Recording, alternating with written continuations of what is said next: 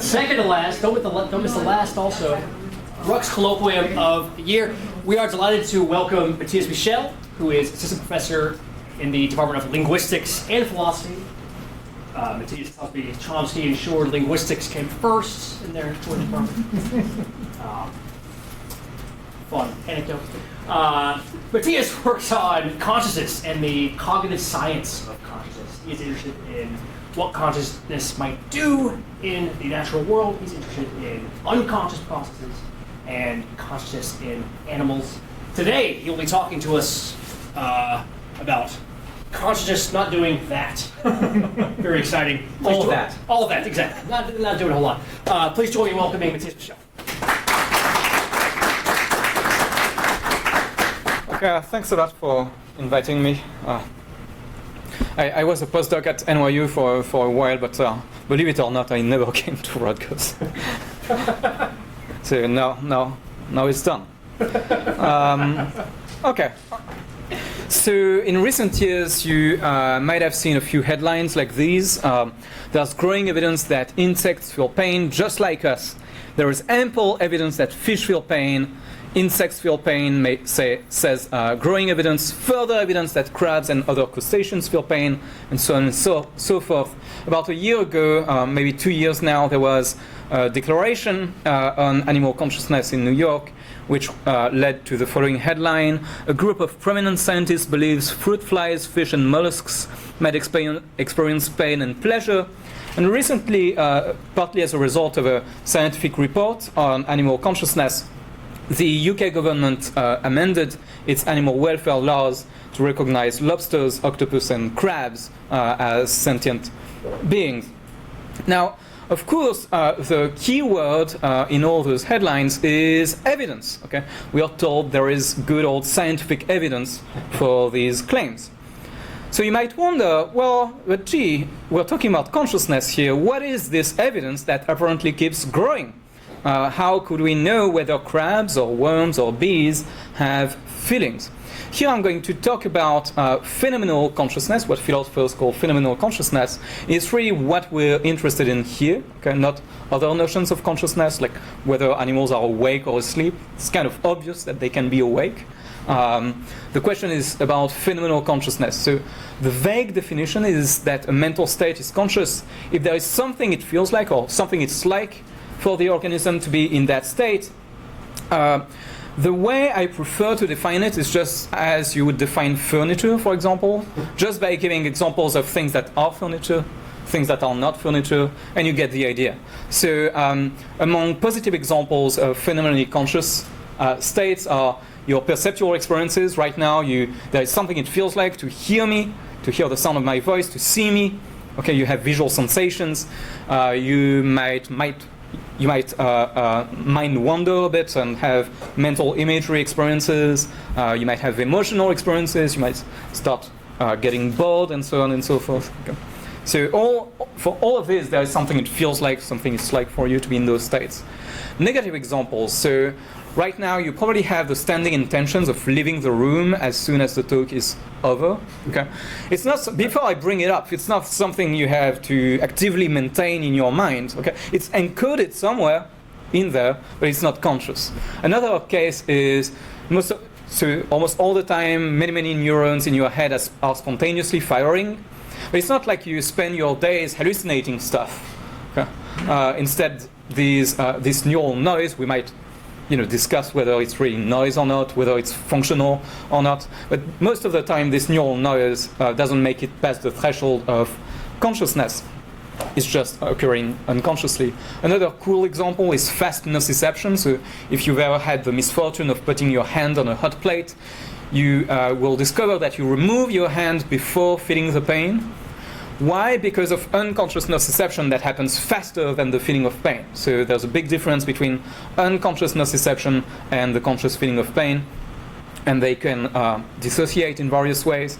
Another case is offline reasoning. If you've worked on a problem very hard and sometimes you leave it aside and the solution pops into your mind, it's intuitive to think that what happens in those cases is that you continue thinking about your problem unconsciously. Okay, so that's offline reasoning. During that time, there's nothing it feels like for you to continue working on the problem, but your mind is still processing some information about this problem. Other cases include mask stimuli, so we can mask visual stimuli in psychophysics, make sure you don't consciously perceive them, but we can show that you're still primed by those masked stimuli, and so on and so forth. So what is consciousness? Well, it's the most obvious thing that the positive examples have and that the negative examples lack. In the negative examples, there's nothing it's like for you to have the standing intentions, so on and so forth. There is something it's like for you to have perceptual experiences, and so on and so forth. Okay?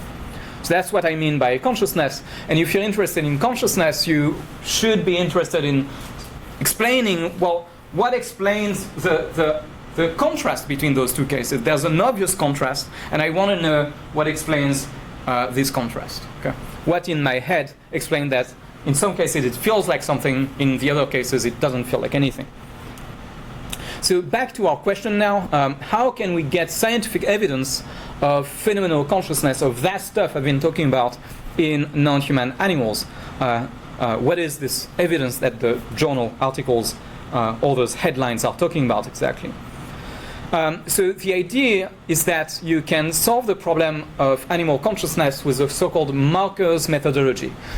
So you can determine first which animals are conscious by determining whether animals can perform so-called functions that are associated with consciousness, or functions that in us seem to require consciousness. So you start by finding functions associated with consciousness, and then if an animal can perform those functions, you say conscious. Okay. That's the main methodology that's behind all those headlines. So the question is now, well, which functions require consciousness? So I've been in this consciousness business for some time, and I've looked at the literature on animal sentience, and the list is long. I'm just going to call it the list. Here's the list. Trace conditioning, integrating information across sensory modalities, self-recognition in a mirror, flexible planning, instrumental learning, responding to analgesics, making motivational trade-offs, ability to engage in play, the episodic memory, flexible self-protection, source memory, remembering which places are linked to noxious stimuli, rapid reversal learning, self-administering analgesics, metacognition. Most people who work on animal sentience, animal consciousness, would nod along to the list.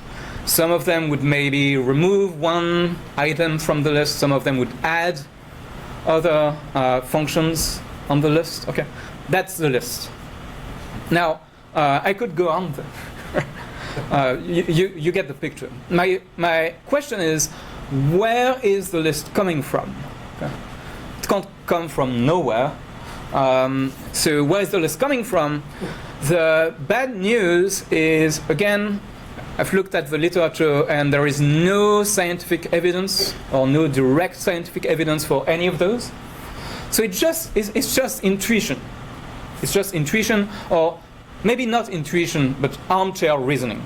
Okay? You look at some behavior, and if it doesn't look like the kind of behavior that requires consciousness, you're not going to say, well, it won't make the list. And if it intuitively looks like a behavior that should require consciousness, if it's kind of complex or something, you're going to say, well, I'm going to put it on the list. So for example, if you take self-administering analgesics, it's kind of intuitive that an animal that is not conscious wouldn't go around popping painkillers.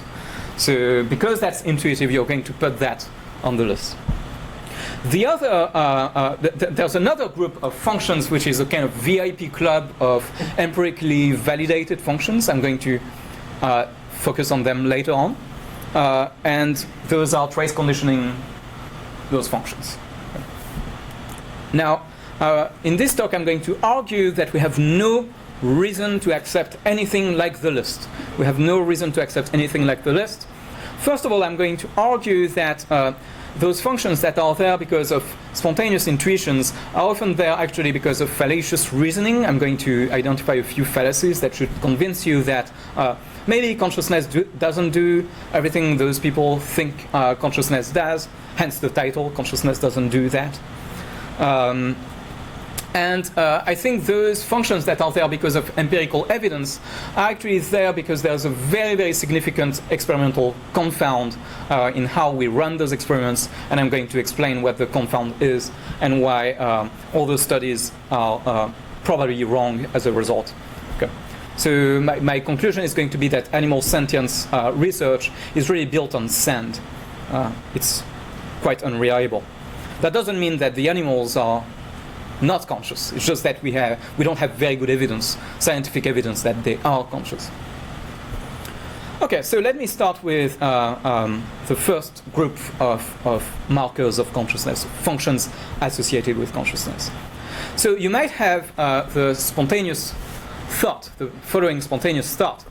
I can perform many functions while having conscious experiences, and therefore that tells me that my conscious experiences must be relevant for performing those functions.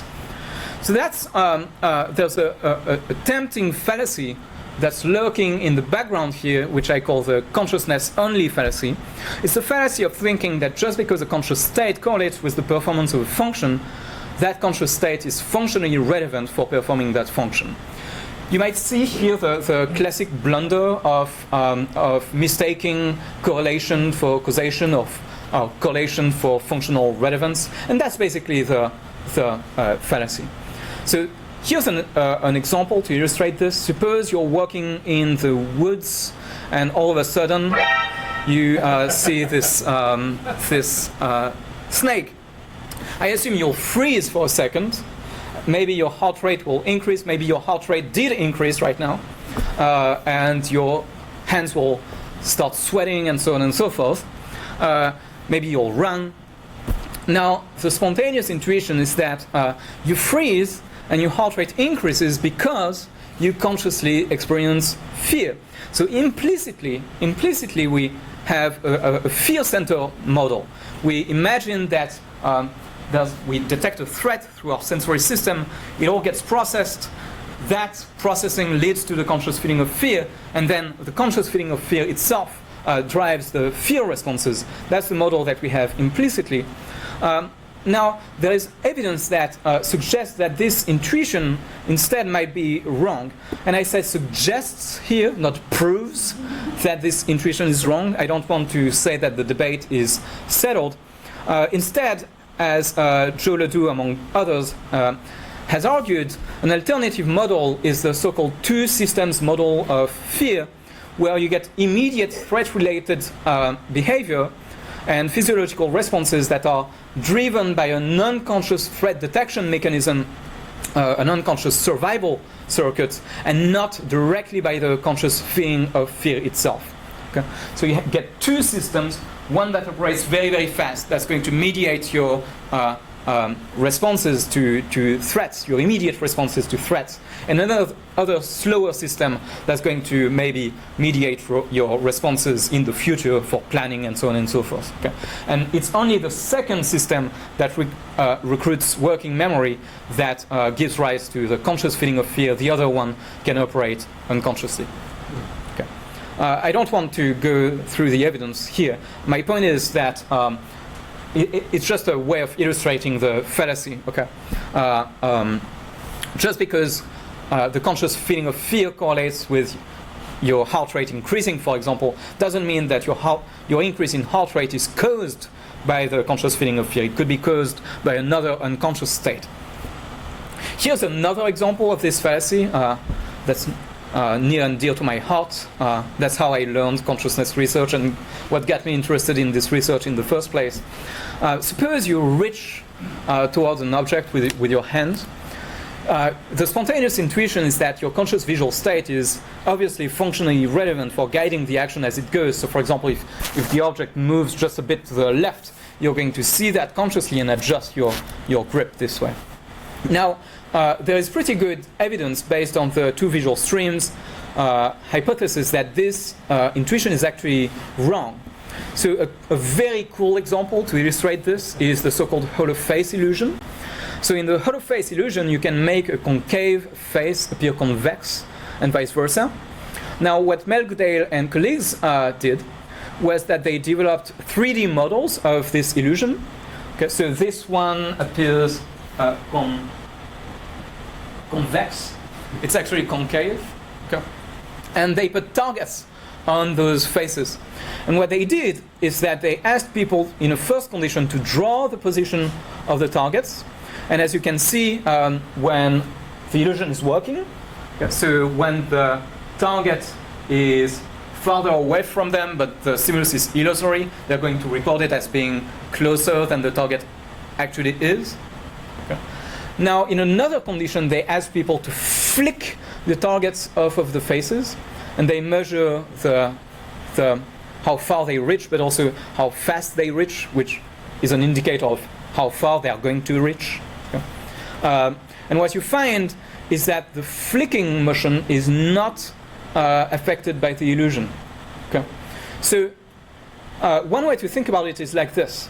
Your conscious perception represents the concave face as convex. Okay. It falls for the illusion, but the illusion does not trump your hand. Vision for action represents the concave face as concave, vertically. Okay, just the way it is. You have many illusions like this that show an effect of on conscious perception, but not on grasping, for example. Okay. So again, just because a conscious state correlates with a function doesn't mean that the state is directly relevant for performing that function. Here in the two visual streams hypothesis, you actually have two states. One visual state that is conscious, where you see the illusion consciously, and another state that's unconscious, that's actually driving the fine motor details of your action. Okay. It's not the conscious state that's doing it. So that's for the consciousness-only fallacy. Now, here's another intuitive idea you might have. Suppose we establish that your conscious experiences are relevant for some functions. Okay? We establish that we've avoided the consciousness-only fallacy. And now you might think, my conscious states seem to be involved in the performance of many functions, and therefore consciousness must be required for performing those functions. Now I think there's another trap here, which is what I call the consciousness-first fallacy. Just because a conscious state is functionally relevant for a function, suppose we prove that, that doesn't mean that a function therefore requires consciousness. Okay? It's the fallacy of concluding that a function must require consciousness just because consciousness is functionally relevant for performing that function. So let me illustrate. It's a bit more subtle than the other fallacy. A good example of this is working memory maintenance. So here's a classical working memory task. You're presented with a Gabor patch with a certain orientation, a mask, another Gabor patch, and then you're told to report either the first one or the second one, okay, by adjusting a probe. Now, you might think, just assume that, which is very, very natural, that you perform the task by consciously maintaining a mental image of the stimulus in your head. If you do this kind of task, you'll discover that that's what it feels like. You're maintaining the mental image in your head. Now the question is, does that mean that working memory maintenance requires conscious as opposed to maybe unconscious mental imagery?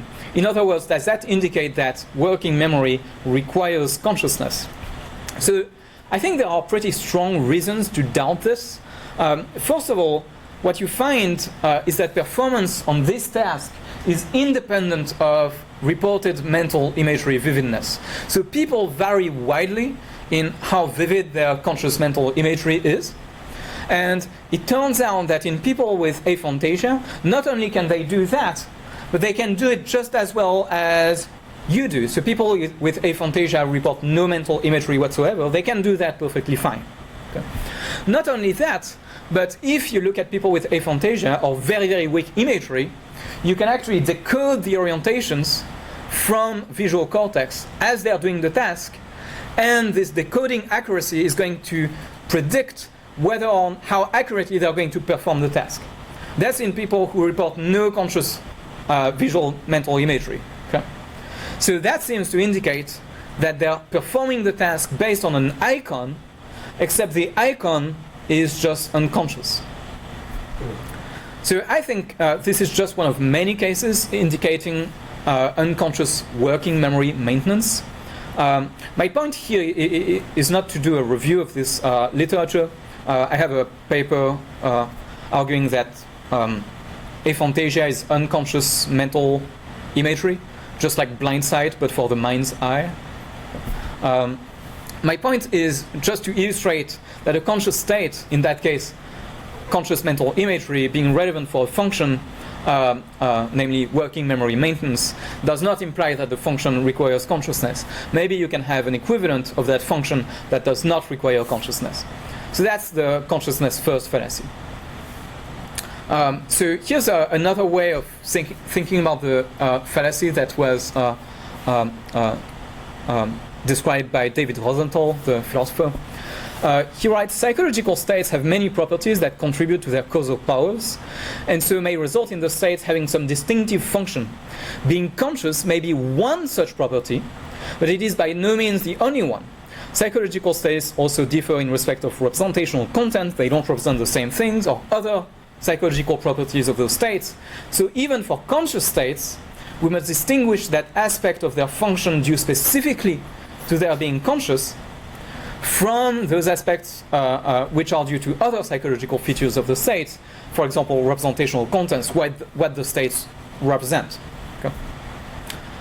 My point with all of this is that it's really easy to neglect what the unconscious mind might be doing in the background.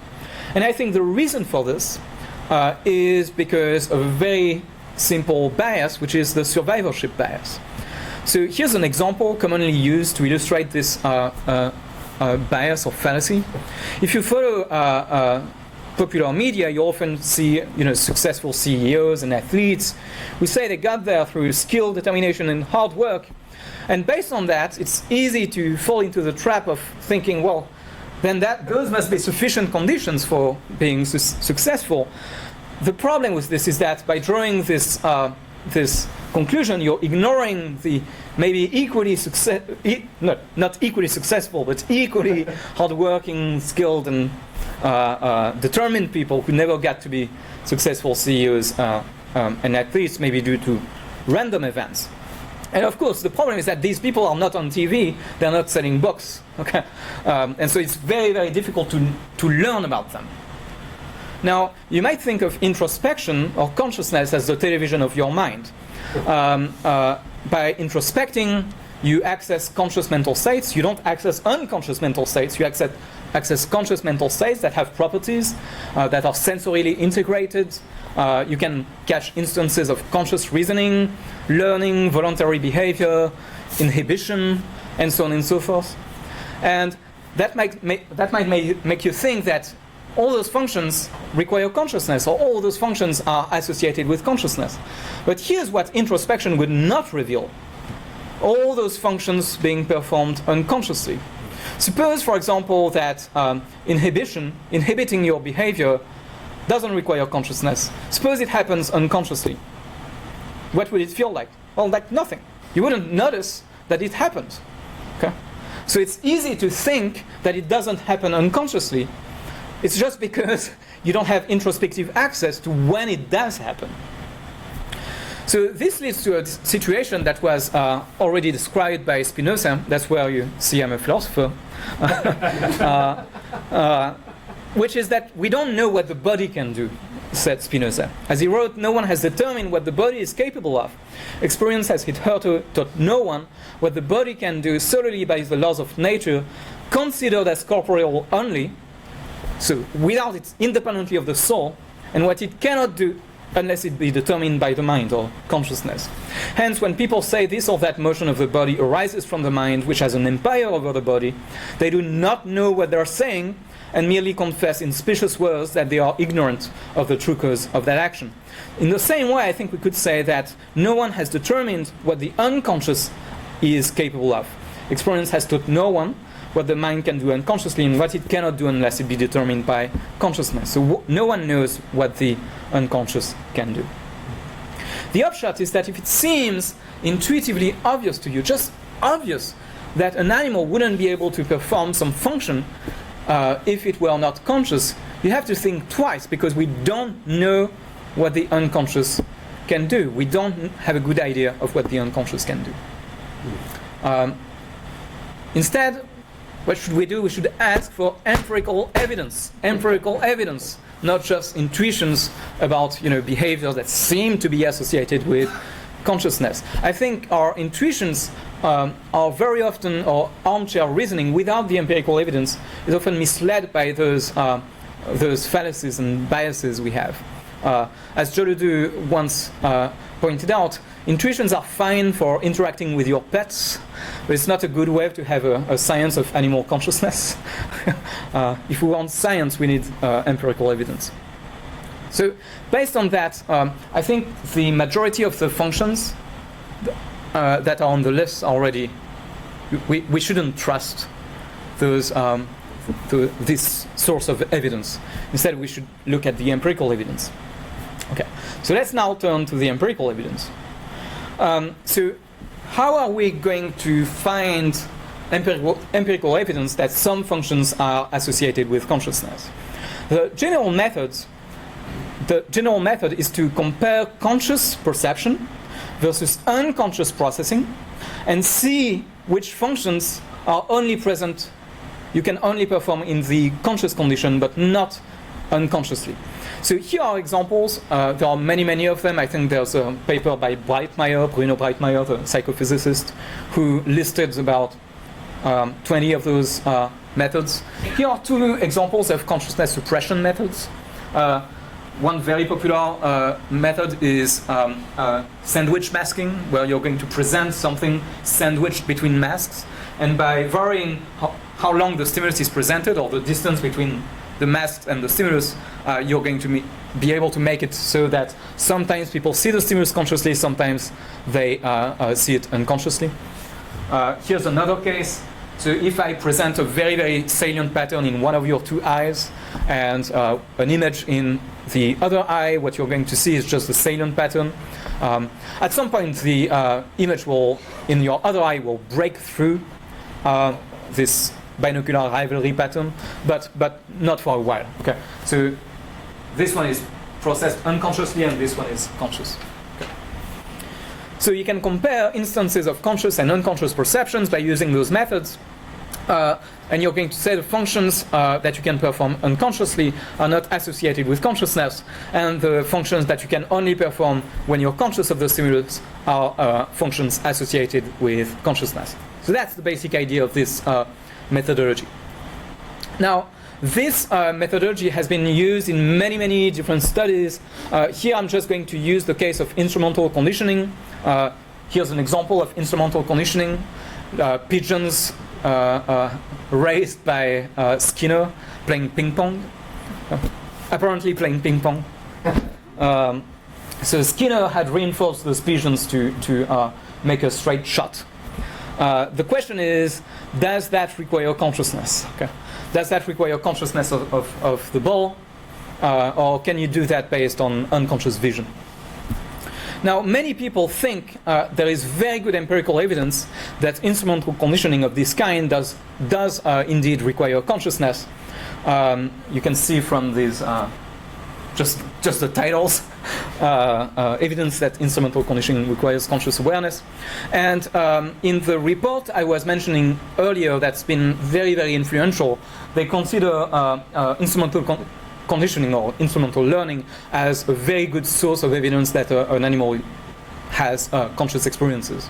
So they write instrumental learning, among other kinds of learning, seem to have a particularly strong link to sentience. Is that true? So the example we're going to talk about is an example of a study where they wanted to see if people can learn the association between seeing a certain stimulus and pressing a button unconsciously. Here's how the experiment goes. I'm going to walk you through this.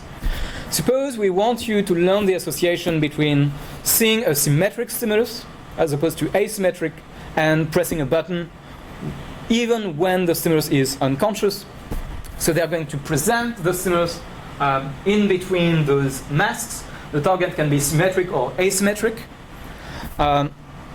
So now they're going to vary how long the target is presented. So sometimes you're going to be conscious of the target. In another condition, you're not going to be conscious of the target. And now, after this, you'll have to decide whether you're going to press a bar or not. Now, the goal of the experiment is for you to learn that you should press the bar only when the stimulus was symmetric and not press the bar when it was asymmetric. If you press the bar and it was symmetric, hooray, you're going to get some money. Otherwise, you're going to be punished. You're going to lose money. You don't like that. And then, very, very, very important, after this, on each trial, they're going to make sure you didn't consciously experience the stimulus. How? By asking you to discriminate whether the target was symmetric or asymmetric. And they're going to say, if you consciously perceive the target, you should be able to discriminate whether the target was asymmetric or symmetric. And if you can't discriminate whether the target is symmetric or asymmetric, then it was unconscious. So the idea is that in the unconscious condition, you should be 50-50. So the question is, can subjects learn then to press the bar when they see the symmetrical stimulus, even if they do not see it consciously? So here's the result for the conscious condition. People are not stupid. They can learn this association. So they learn to press the button only when it's symmetric. But their unconscious is stupid. Their unconscious is stupid in the sense that it cannot learn the association. Namely, when people are not aware of the stimulus, they cannot learn to press when the stimulus is symmetric. So they conclude from this that that's evidence that there is no unconscious instrumental conditioning. Okay? So instrumental conditioning, according to them, requires conscious awareness. And that's why people use instrumental conditioning, and that's also true for other kinds of conditioning, as an indicator of consciousness, because they think that provides evidence that instrumental conditioning requires consciousness. Now, you see where I'm going. The answer to that question is going to be no.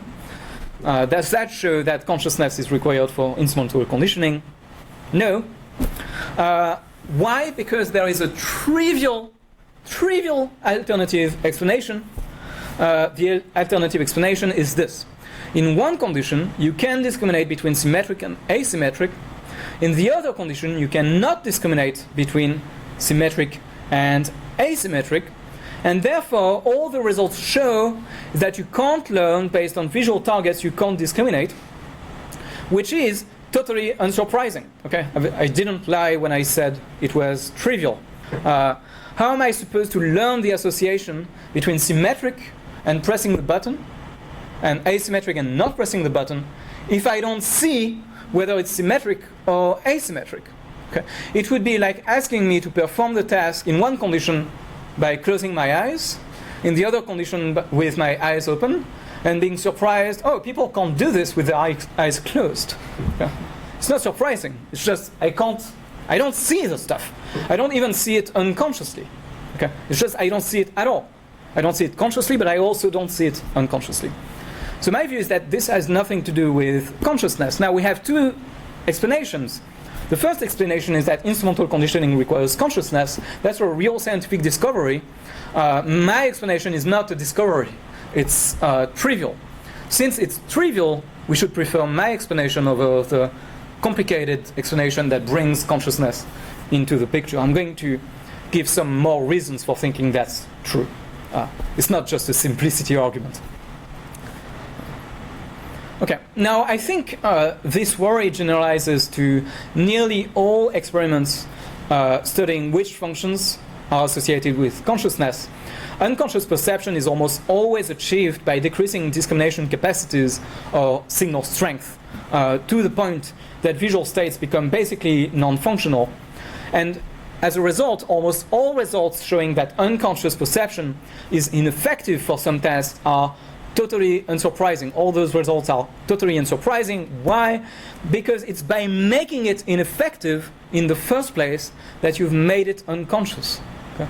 So don't be surprised now if I can't do anything with the stimulus. You've made it that way. Here's another way to look at it. Here's the standard research on the functions of consciousness. You create a condition in which you see the stimulus clearly. Then you're going to create another condition where signal processing associated with the stimulus is severely degraded. You mask it, you do something with the stimulus to mess with my vision in a way that makes me very, very bad or incapable of discriminating the stimulus. And now, shocking news, that's sarcasm. There are things you can do when you see the stimulus clearly that you cannot do when signal processing is severely degraded. Now, my view is that investigating the functions of normal seeing, which is what these studies are doing, or clear seeing or strong seeing, is not the same as investigating the functions of consciousness. Okay. So in a sense, all those studies are doing they're just investigating the functions of seeing, not conscious seeing in particular. So unequal discrimination capacities between the conscious and unconscious conditions, I think, is a confounding factor. When you see empirical results of this kind, they do not show that some function requires consciousness, they just show that some function requires that the stimuli are discriminable, or that you see the stimuli. Now, I'm going to address two objections that you'll have. The first one is you're going to complain, Matthias, you're just begging the question. You're just begging the question. I'm going to explain why you might think that, if you don't already think that. The second objection is that I'm asking for an unreasonable standard of evidence. You know, if we want to study animal consciousness, we have to start somewhere. Maybe this is a good place to start. So let me address the first objection, that I'm begging the question. Why am I begging the question, you might think? Because you might think, well, consciousness itself comes and goes with discriminability. So discriminability cannot be a confounding factor. My friend Hak-Wan Lao once said, it's like studying differences in size between people in different populations and saying, well, the length of your bones is a confounding factor. No, that's what partly constitutes your size. It can't be a confounding factor. Maybe you might say, well, in that case, discriminability partly constitutes consciousness. They come and go together, and therefore discriminability is not a confounding factor. I'm not begging the question. Why? Because discriminability can vary independently of consciousness. And so that means that studying which functions require high discriminability is not the same as studying which functions require consciousness. So let me give you some evidence in favor of that claim. The first case is obviously blind sight. So blind sight is the presence of visual abilities in the absence of reported visual experience, which is observed in patients with lesions to some patients with lesions to the primary visual cortex in area V1. So a wide variety of visual abilities are preserved in blind sight. You can have shape, movement, color discrimination, so successful discrimination. Visually guided actions, they can, reach and grasp things in the blind visual field.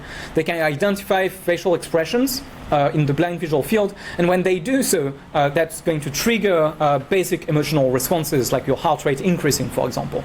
So you can show them scary faces in the blind field. They're going to say, I'm not afraid, I don't see anything. But you can look at their heart rate, and it's going to increase in response to the scary faces. They can attend to visual stimuli in the blind field, at least with bottom-up attention.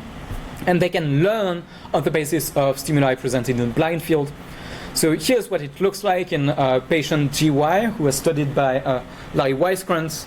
Here they're asking GY is asking here, he claims not to see anything on this side of his visual field. They're asking him to mimic the movement of a dot in his blind visual field. And here's an interview right after this experiment. Graham, can you tell me what sort of experience you had that made you move your arm? I just know something's moving over in the right field. Can you describe it? No, it's just I know there's some movement there. And what did you actually see? I didn't see anything. So what did you actually see? I didn't see anything.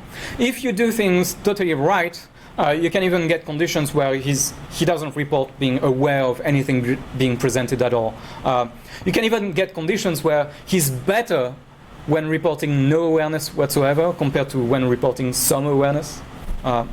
It's pretty impressive.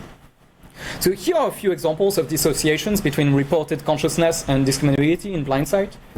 In this study, for example, GY had to tell whether the dots were moving up or to the right. And as you can see here, this is plotting reported awareness and performance as a function of contrast. You can see that as you decrease the contrast, performance goes up. Reported awareness goes way down, but performance still remains the same, okay, including performance on trials where he said he was not aware of anything at all. Here's another cool example comparing his first detection performance for luminance-defined stimuli, so first-order stimuli versus second-order or texture-defined stimuli. You can see that he never reports any awareness of the texture-defined stimuli. He does report some awareness of the luminance-defined stimuli, but he performs pretty much the same for both kinds of stimuli. And you can see that his performance, again, remains pretty much the same as awareness varies. So that's a very strong dissociation between awareness and discriminability. Consciousness can be high or low totally independently of the capacity to discriminate. Now, if you don't like blind sight for some reason, here's another case I like, which is what happens in the phenomenon of lag 1 sparing in the attentional blink. So in the attentional blink, if you present two targets in a stream of distractors, what you're going to find is that if the target is presented about 300 milliseconds, the second target is presented about 300 milliseconds after the first target, you're often going to be unaware of the second target.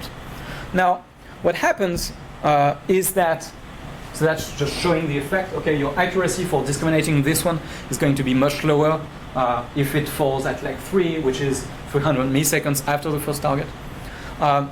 What happens though is that if the target is presented, the second target is presented right after the first one, the main idea is that you're going to encode both in working memory at the same time, and therefore you're going to have this phenomenon of lag 1 sparing, where you're going to be able to report the identity of the target above chance.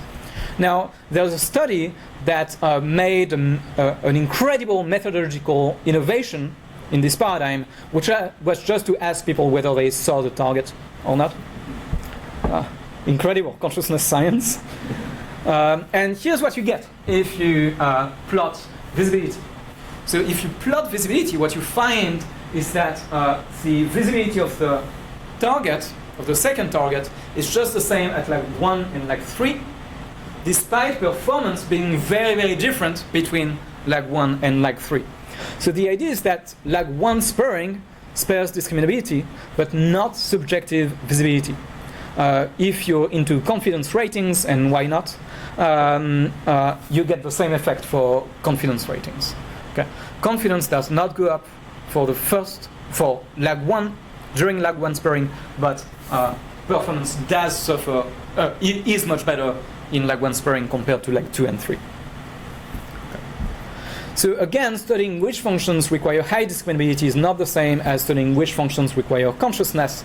And what that means is that nearly all studies claiming to identify functions associated with consciousness simply show that functions cannot be performed based on indiscriminable stimuli, which is again trivial. Discriminability and consciousness just are not the same. On a side note, one reason to think I'm onto something is that we do find unconscious instrumental conditioning in blind sight. So here's a study led by Tadashi Isa in his lab on blind sight monkeys. So Tadashi Isa has, in his lab in Japan, blind sight monkeys. And they did this experiment. So they fixated, and then, so there was a hidden area, which is just an area of the screen. There's nothing there. It's just an area of the screen where they have to make a saccade. Okay? Now, they're moving their eyes in order to look for this hidden area. And when their eyes wander on the hidden area, they're going to get a cue. and it's going to be their cue to stop moving their eyes, hold their eyes there for 230 milliseconds, in which case they're going to get a reward. So what you're doing is learning to stop your eyes whenever you get this cue, and saccade on the next trial, saccade directly to the location of the hidden area. Okay. Now what happens is that they're going to present this cue either in the sighted visual field or normal visual field of the monkeys, or in the so-called blind visual field of the monkeys, where on the contralateral side of the lesion. Okay? And what you find is that blind sight monkeys learn the association, they can learn the association between the presence of the cue, which is presented unconsciously in the blind field, and the saccade towards the hidden area of the screen. Okay? But here's one cool detail of this study. What they find is that when you find something you are looking for, you should stop looking, but only if you're confident that you found it. So if you are looking for your keys and you find them, you stop looking for your keys. Okay. Thus, in our study, when the visual stimulus was presented in the intact field, the monkeys appear to stop searching and move their gaze away from the hidden area location, which is normal behavior. In contrast, when the visual conditioning stimulus was presented to the lesion-affected field, the monkeys appear to continue searching in and around the location of the hidden area. By inference, this suggests that the monkeys were either unaware or subjectively uncertain that the visual conditioning stimulus had been presented and therefore continued to search. So basically, they find the target, but they don't know they've found it, and so they continue looking for the target. Right. So to me, this really suggests that cases of unsuccessful unconscious conditioning in the other studies by Scora and colleagues, for example, are really indeed artifact of low discriminability in the unconscious condition. If you can get a case of high discriminability but still unconscious perception, you do find unconscious conditioning as in blind sight, in those blind sight monkeys. So that's for the first objection. Let me now quickly turn to the second objection. How much time do I have left? I'm fine. Okay. We'll see. The answer to that question is no. Why? Because I think we can study which functions are associated with consciousness. This is not an entirely negative talk. With at least two methods. The first one is with matched performance paradigms, and the other one is with so-called dissociation paradigms. So let me finish by presenting those two methods which I think are promising. So here I'm going to illustrate those methods with experiments in blind sight. I'm hopeful that we can get them to work in normal subjects. Otherwise, we'll have to find a way to create blind sight in normal subjects, which is no one has really figured out a way of doing. So the experiment I'm interested in here was carried out by Navindra Perso and colleagues at Hakwan Lao's lab with patient GY. You've already met GY, he was in the video. So GY has a unilateral lesion, so he reports not seeing anything in the right visual field. So here's the experiment. GY just had to tell whether the vertical gratings were on top or at the bottom of the horizontal gratings. In this case it's up, in this case it's down. And then after each trial, GY had to say whether he saw the stimulus or whether it was a pure guess. Okay? And they did this task, very importantly, in both visual fields. And what they did, obviously that would be too easy in the sighted visual field. So what they did is that they titrated the contrast of the stimulus such that the task would be just as difficult in the sighted visual field and the so-called blind visual field. And here's the result. As you can see, discriminability is pretty much matched.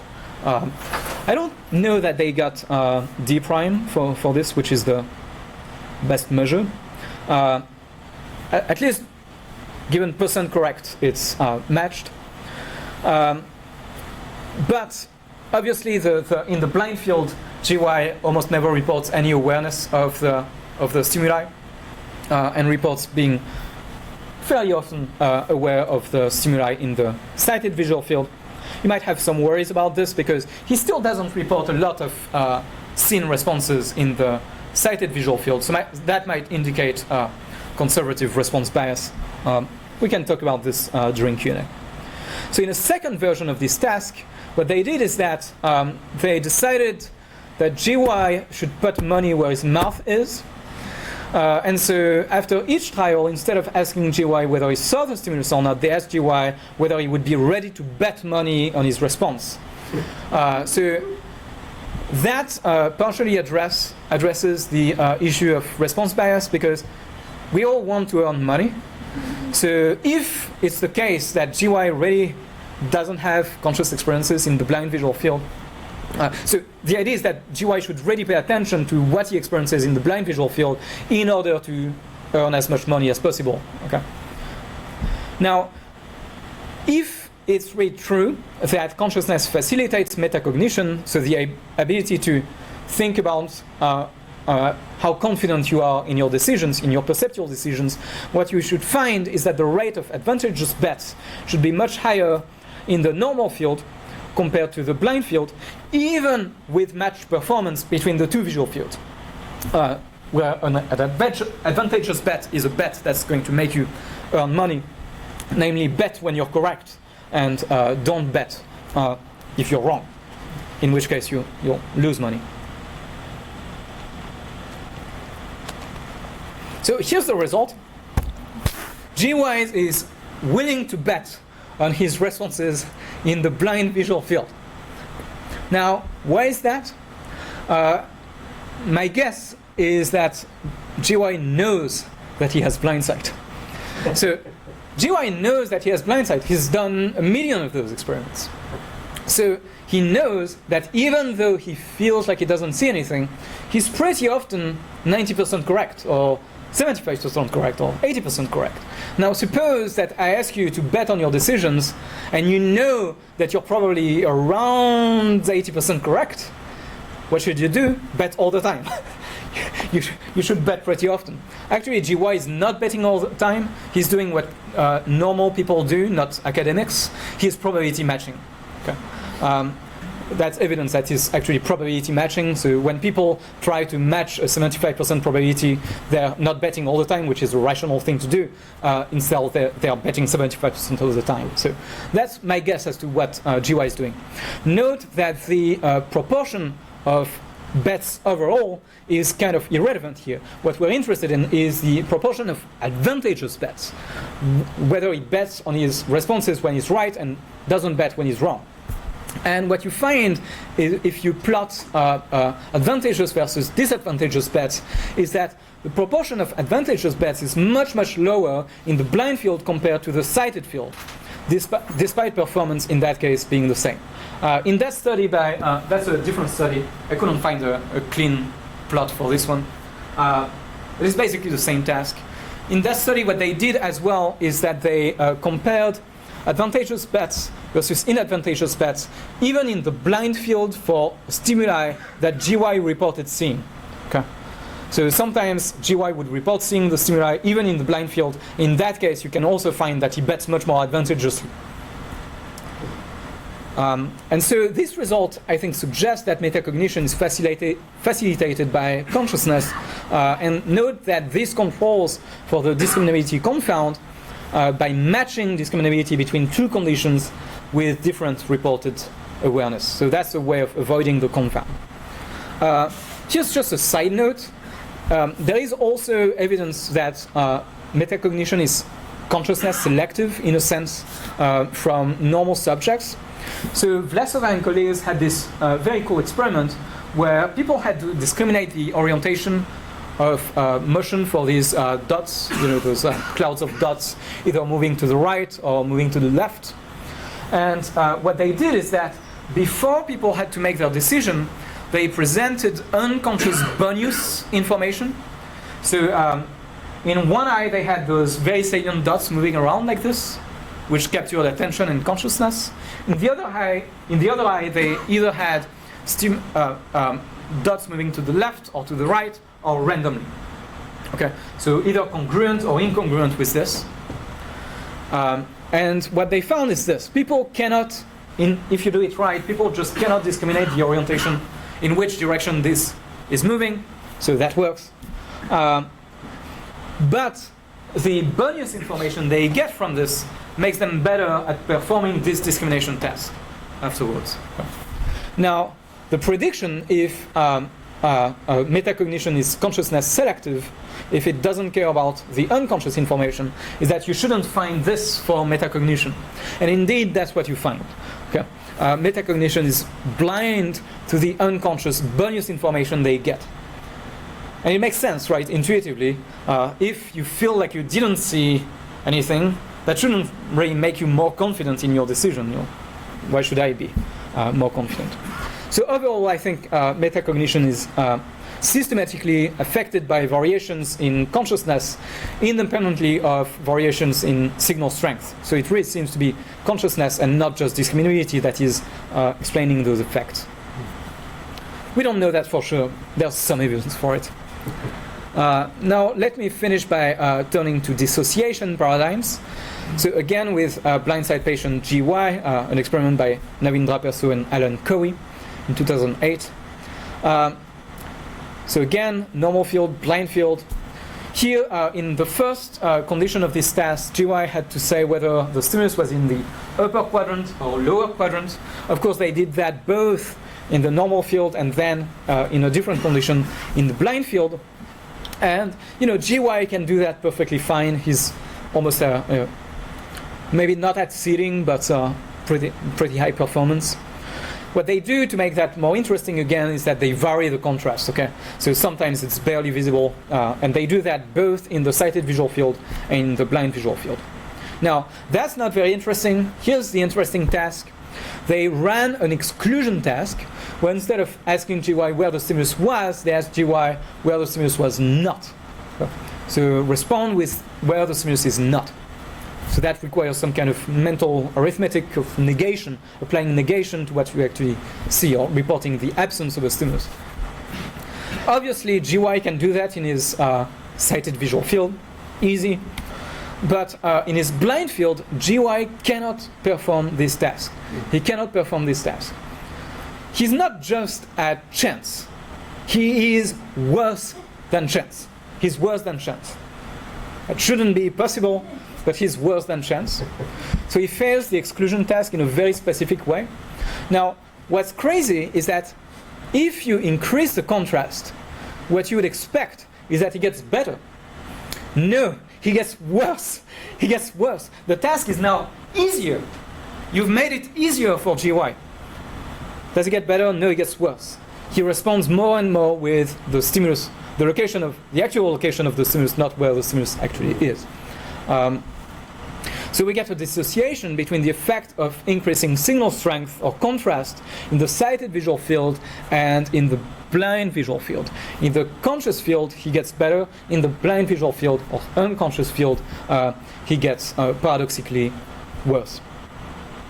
So this suggests an effect of consciousness on the capacity to exclude. Maybe is the capacity to, my hypothesis is maybe the capacity to apply a rule and then inhibit the application of that rule and select a different rule for responding. Another hypothesis to explain this effect is that maybe in his blind field, GY is biased towards presence.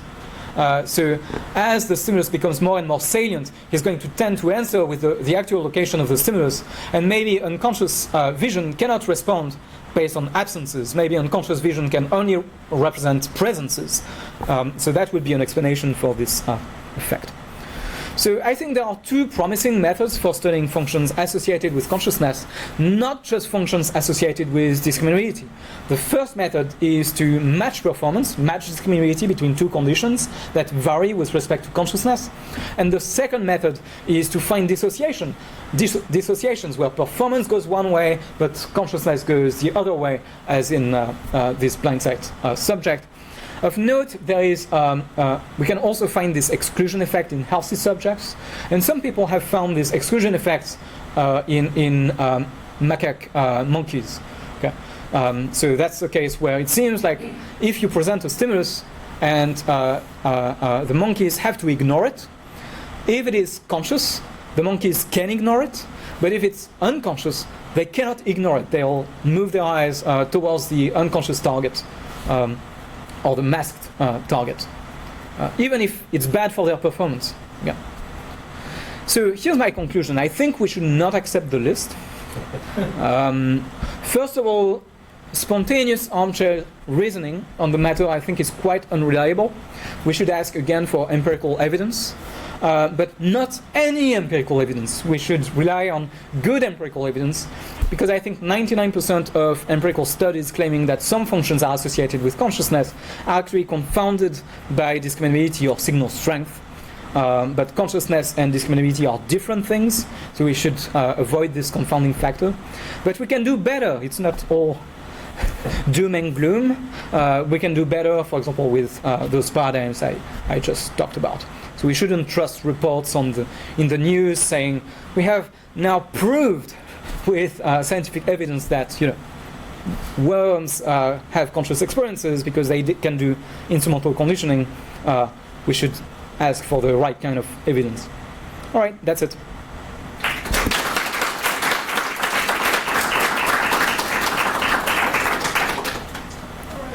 Our Q&A period. If you have a question, just keep your hand raised, and we'll start with you. Good question. Do you have concerns with the blindside report? The patients, when they report if they lost their sight, they report the way they used to report, I don't see you, but actually I do see the way you move. Yeah. So I think you're right, and I think we should be cautious with interpreting those reports because of response bias.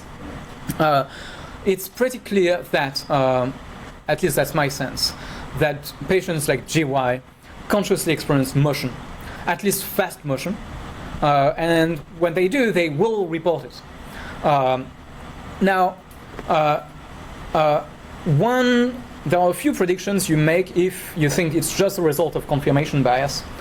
One prediction you make is that as you increase signal strength, you're going to cross the response criterion more often, and therefore you should get more reports of seeing the stimulus. So as performance goes up, you should also get more reports of seeing the stimulus. But as I showed, it's not really what we find.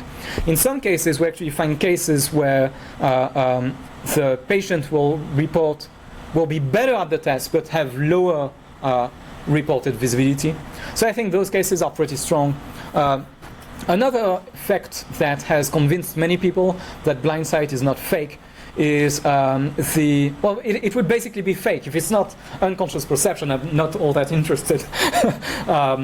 Is the fact that, so in signal detection theory, you get a mathematical relation between performance for yes-no discrimination task and two intervals force choice discrimination task, and that relation should be such that the performance on the 2AFC detection task should be the square root of 2 times higher than the performance in the yes-no detection task.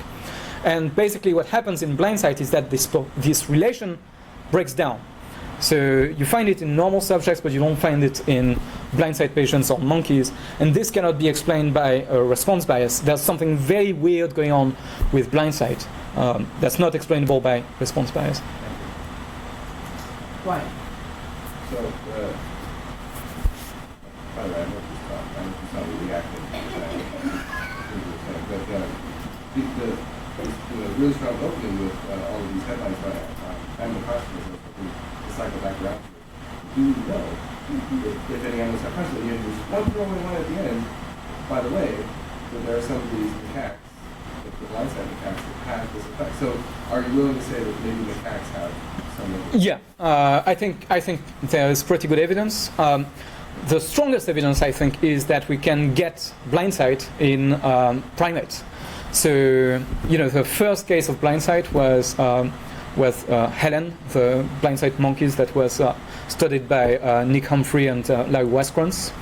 And So that's how we learned about blind sight. And then we discovered that the same effects happen in humans, and those effects are best explained by consciousness disappearing in the blind visual field. So if we get the same effects, and in humans they're explained by a difference in consciousness, it makes sense to think that in monkeys the same thing is happening, namely consciousness disappears with the lesions, and you find the same dissociations between 2AFC detection and yes-no detection in blind sight monkeys as well. That's the result of a study by Tadashi Issa, who reproduced those results. Yeah. So I think the evidence that primates have conscious vision, at least, is extremely strong. Yeah. Also, their brains are not that different from ours. So. Seems like a bit of irony to me about this, what you said at the beginning is wanting to extend ethical consideration to animals by virtue of them having consciousness. Yeah. But from this, the only evidence we have that they are conscious is by carving up their brains and doing horrible things to them. Yeah, I mean, there might be a trade-off between, more seriously, there was a paper by Matthias and colleagues pointing this out exactly, that, in order to verify whether the animal is a welfare subject, you might have to do things that are bad for the animal. So it's kind of strange, a strange way to proceed. Now, I think it's important to distinguish the ethical question of how we should behave towards animals and the empirical question of whether animals are conscious or not. You might think that, Matthias Michel is probably wrong. So even if it's, I've argued, for example, that fish don't consciously experience vision in a BBS paper recently with Steve Fleming. That might be wrong. So you might still treat fish with some respect by following a kind of precautionary principle. There are various reasons other than consciousness also for treating animals well. You might think, for example, that unconscious states have value. So you might think that preventing an animal from reaching its goals, even if the animal is totally unconscious, is bad in itself. That's a different question. Yes. Yeah, okay. I would just say, I love to talk. I agree with almost everything in it, except I would be a little bit more extreme than you. I don't need sort of blindside stuff that include the cat from anything.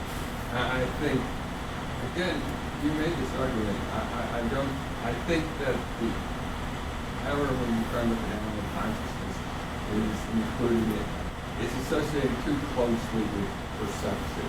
When in fact we are conscious already, so everything we do is consciousness, but that doesn't mean that perception requires consciousness. So I think exactly now fundamental flaw. But then they ask you, is there an area where is there no definition of consciousness along lines which would be better? So I think there is. Are you familiar with the work of Robin Dunbar? Okay, so that's where I think we've got to go, where cognitive abilities evolve specifically to support human social goals. The reason why humans dominate the planet is because they're by far the most social creatures, and so again, this positive feedback loops that people become more and more cognitive because they become more and more social. And then you come to the work of Michael Tomasello, which I think we'll all very know, about intention mind reading and human spark. And when you look at those kinds of consequences of consciousness and social behavior, then all your animals fail all the tests. They can't do what a 4-year-old human being, a 2-year-old human, doesn't matter if it's a very age or what. And I think that's really what consciousness is.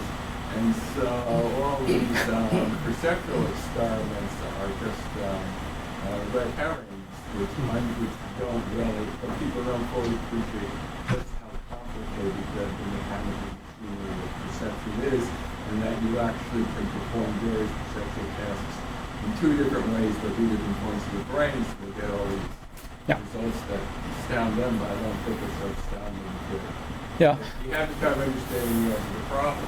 So I agree with the basic point. However, I think that saying that consciousness is related to social capacities, I think it's a very, very strong claim, because that means that most animals do not consciously experience even the simple things that seem to have nothing to do with social abilities, like experiencing pain or experiencing just colors or visual edges, all those things. So I don't think I would go towards the social aspect. Now, there are some theories of consciousness that say that the social brain is very important. For example, Michael Graziano has a view of this kind. I don't defend the view of this kind. I still think that consciousness is not cheap, so to speak. So I'm still on the more conservative side of people who don't want to extend consciousness to all animals, to sea slugs and so on and so forth. But I'm not that conservative in the sense that I don't think I do think that consciousness exists even in non-social animals. Of course, it depends how you define social. If you define social extremely liberally, then ants are social animals, and therefore they might be candidates for consciousness. Then maybe that's fine. I don't think you want to go there. I mean, you can distinguish the classes and social animals like insects, which they social animals, but they just are purely reflexive creatures. So they don't pass the instrumental test. You only want to begin when animals that clearly have instrumental learning. And I understand the issues about can animals feel pain or that going to be that's too late something, right?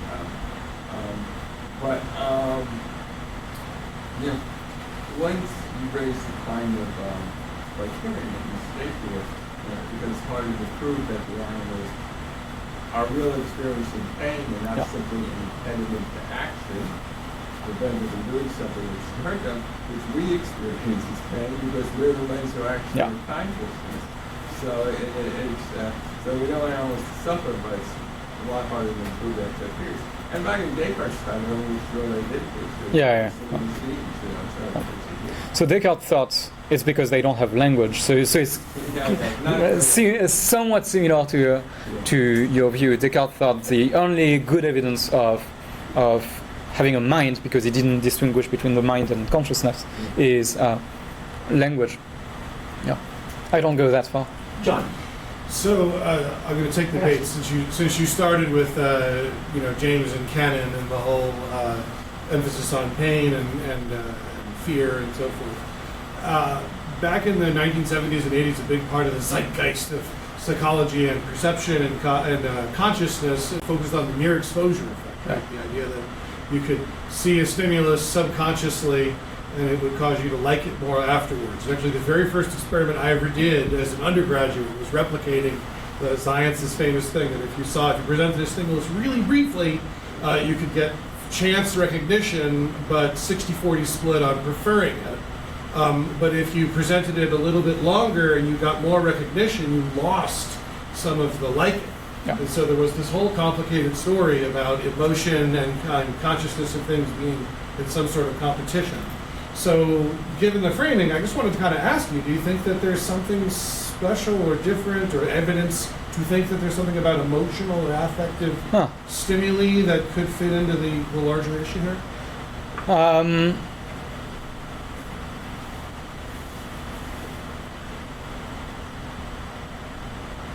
Well, I think that stimuli that are associated with valence, so good or bad, are more salient in general, and so they're going to make it into consciousness faster. That's something you find, for example, in continuous flash suppression experiments, like the kind of experiments I showed, where an angry face is going to break suppression faster than a neutral face, for example.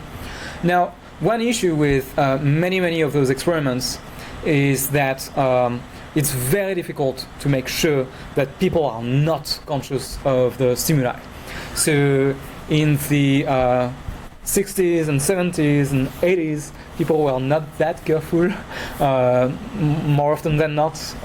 And so many of those experiments, I wouldn't really bet on people not being conscious of any features of the stimuli or of the task-relevant features of the stimuli.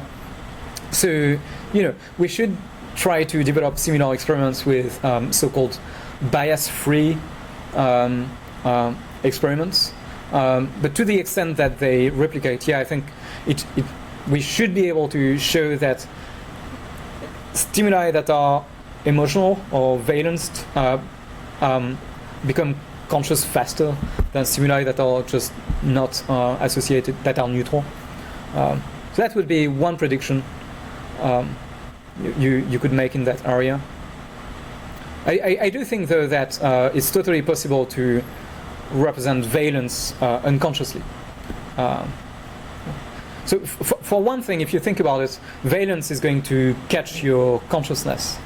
So it has to be the case that you represent valence before you're conscious of the thing, because valence determines whether you're going to be conscious of the thing or not. So that's a good reason for thinking that we represent it first unconsciously and then consciously. So some of what I was going to say was touched on by Ryan a little bit. So just going back to the first thing you raised about animal consciousness, I mean, the zeitgeist has changed. Right? In the 1950s in psychology, there was an assumption that animals are automata and not conscious, and no serious-minded scientist could claim that they were without strong evidence for that, which wasn't present. And in the contemporary era, it's the opposite, where people's sensitivity to the neuroanatomical similarity between humans and other animals, leads people to assume that it's similar unless there's very strong evidence of non-consciousness on the part of animals, and there isn't any. The common element is the lack of evidence about whether anything moves consciously. You touched on this, but the weird confounding factor is that in humans, the main evidence for consciousness is verbal report. And you made a joke about this when you said, they tested whether their subjects were conscious by asking whether they saw stimulus. But to be clear, that's not the same thing. That's just asking for a verbal report. The assumption is that verbal reports are perfectly correlated with consciousness, which of course is going to completely degraded. Not you do it. So that's the zeitgeist. Yeah. But also that it makes it very difficult to test for consciousness in animals because they don't have verbal report. So the whole question is kind of confounded by the fact that we have no way to directly measure consciousness. Yeah. And my argument, so this is carrying the army, I'm even more skeptical than you are, because consciousness or quality, to be more specific, are inherently private and can only be loosely correlated with observable behavior. And so ipso facto, it's inherently impossible to have direct empirical evidence of consciousness. And that sort of should be at the end of the story. There's all kinds of behaviors that we feel are correlated with consciousness, like we say we personally experience something, and other people say they experience the same thing, and some animals, exhibit some behaviors. You mentioned a few like seeking analgesics that are the kind of thing people would do if they were conscious, but there's literally and by definition no way to tell whether they're actually conscious. And that applies to people as well, other people. I mean, I know I'm conscious, right? But that's, honestly, long after Descartes, that's kind of a joke. Like, I don't really know if I'm conscious, I just think I'm conscious. So, and I assume that everybody else has the same as some sort of social courtesy. So we're all conscious, and the animals and the cats and the dogs in the room, we don't give that same social courtesy to. We didn't years ago, now we do. But my point is, this is really not an empirical question. I'm framing this way because you started by being skeptical, but by saying if we have empirical evidence, at least it should be good empirical evidence. But I guess what I'm asking is, what could possibly constitute good empirical evidence for something that is intrinsically unobservable? Yeah, so I think that there's always the possibility to raise skeptical scenarios in which I'm the only conscious person and you're all zombies without any conscious experiences. I think the evidence but you could raise skeptical scenarios for all hypotheses. You could say that we have no evidence that the world is a few billion years old because after all, the world could have been created 5 minutes ago with everything putting exactly as it is, and therefore we don't have direct evidence that dinosaurs existed and so on and so forth. You could raise skeptical scenarios for all kinds of claims like this. But in the case of consciousness, I think it's basically the same.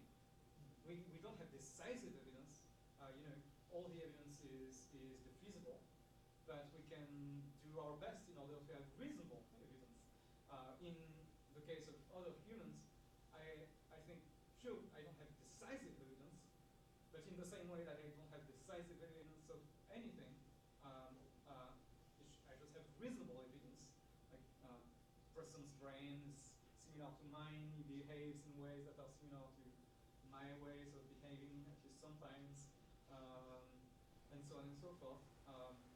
And that's reasonable evidence for thinking that Preston has conscious experiences. Now, one thing is that I think this depends on analogies between what's in here and what's in there, in Preston's head. Analogies which we cannot have for animals that are sufficiently distant from us, like fish or insects, and so on and so forth. And so in those cases, we can't rely on analogy, we have to rely on something else. Now, in those cases, I think the best we can do is, if we want to find something like evidence, is to look at those kinds of dissociations I've been talking about and find those dissociations in animals. So here's how it could go. Suppose I find that there are 15 functions that are associated with consciousness in me. And I find that if I make the stimulus unconscious, you can't perform any of them. If I make it conscious, you can perform all of them, and I verify this with verbal reports and so on and so forth. Now, the thing that seems to be associated with whether I can perform those functions or not is consciousness. Now, suppose I find 10 of those functions in a certain non-human animal, and I also find that there's a way of tweaking the stimuli so that I can make all those functions come online together and turn off all those functions together. Since in me, what explains that all those functions come together is consciousness, it makes sense to think that the same is happening in the animal. So that's indirect evidence. That's also indirect evidence in the same way that we only have indirect evidence. That's the best we can get. Sometimes the best we can get is still bad. Well, let me just say, of course you're right. I don't mean to suggest that the right standard is absolute proof. Every hypothesis is only suggested by the data, just could be very strongly suggested. But consciousness is a little different because it's intrinsically a construct that is, by definition, undetectable, private. That's how it's been defined. Now, why we have such a definition is sort of historical. But to me, it's sort of as if it were a religious construct that was left over from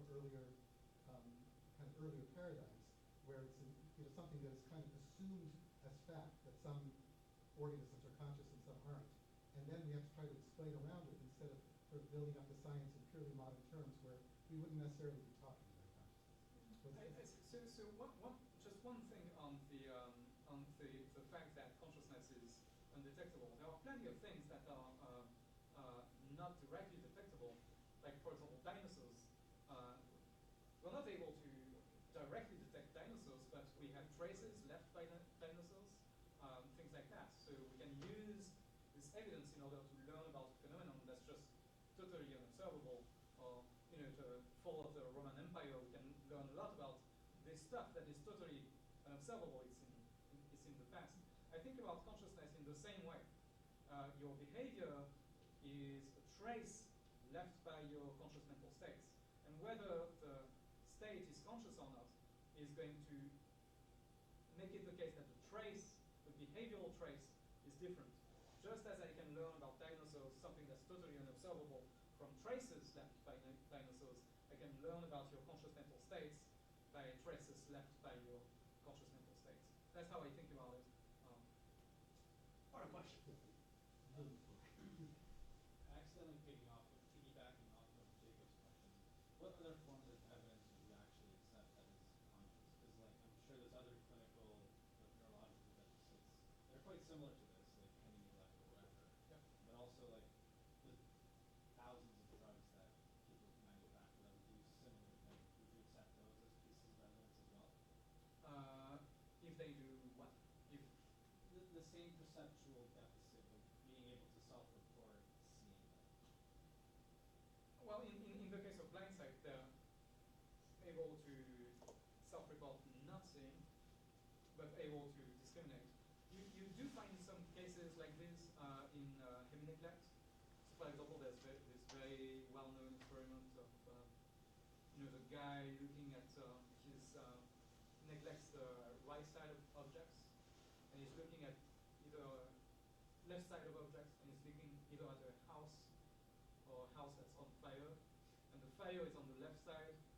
He says he doesn't see the difference at all, but if you ask him whether he would rather live in this one or this one, he responds with the house that's not on fire. So that's one case where people have thought, well, there's unconscious processing in heavy neglect. So it's tough, because maybe that's a case where they do consciously experience it, but they're unable to really bring that to cognition. So it's a bit of a difficult case. It's not clear what we should say about heavy neglect. I do think it's unconscious, but some people disagree about that. All right, we are out of time.